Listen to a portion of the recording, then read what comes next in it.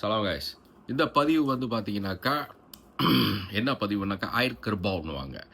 ஆயர் கர்பாவ் அப்படின்னாக்கா எரும மாடு வந்து ஒரு குளத்துல குளிக்குதுல்ல, அது குளிச்சு அப்படியே படுத்திருக்கும்.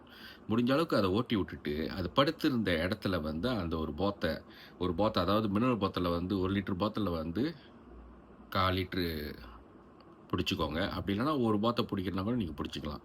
பிடிச்சிக்கோங்க. அதுக்கப்புறம் வந்து அயர்லாவுட் கடல் தண்ணி அது ஒரு போத்தை எடுத்துருங்க.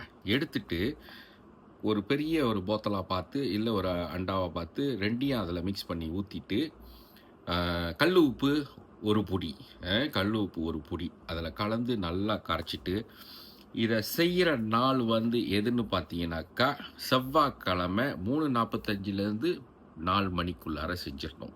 செவ்வாய்க்கிழமை விடிய காலையில 3:45லேருந்து 4 மணிக்குள்ளார. அதாவது இப்போ இன்னைக்கு வந்து திங்கட்கிழமை ராத்திரி மணி 11 மேல ஆகுது. 12 மேல தாண்டுனோனே செவ்வாய்க்கிழமை பொறந்துரும். அதுதான் கணக்கு.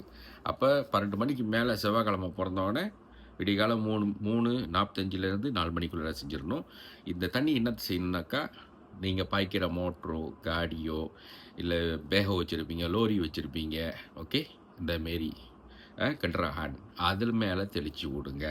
எதுக்காக அது மேலே தெளிச்சு விட்ற சொல்கிறேன்னாக்கா, ஸோ நீங்கள் நிறைய இடத்துக்கு போவீங்க வருவீங்க, ரோடுங்களில் ஆக்சிடென்ட் இப்போ நிறைய பாடிலாம் கிடக்கும். ஒரு சில இடங்களில் வந்து பாடி வந்து லோரியில் அடிபட்டு அப்படி நஞ்சு போயிடும். ஸோ அதெல்லாம் அப்படி ஒட்டிக்கிட்டு இருக்கும். எடுக்கிற வரைக்கும் எடுப்பாங்க, மற்றெல்லாம் வந்து அப்படியே ஒட்டி அப்படி காஞ்சி போயிடும். இதெல்லாம் வந்து உங்களோட வெஹிக்கிளில் வந்து ஒட்டி இருக்கிறது, அதெல்லாம் வந்து ஒரு கெட்ட காற்று, கெட்ட சுயின்னு சொல்லுவாங்க. இந்த மாரி இதை சென்சார் பண்ணி விடுறதுக்கு தான்.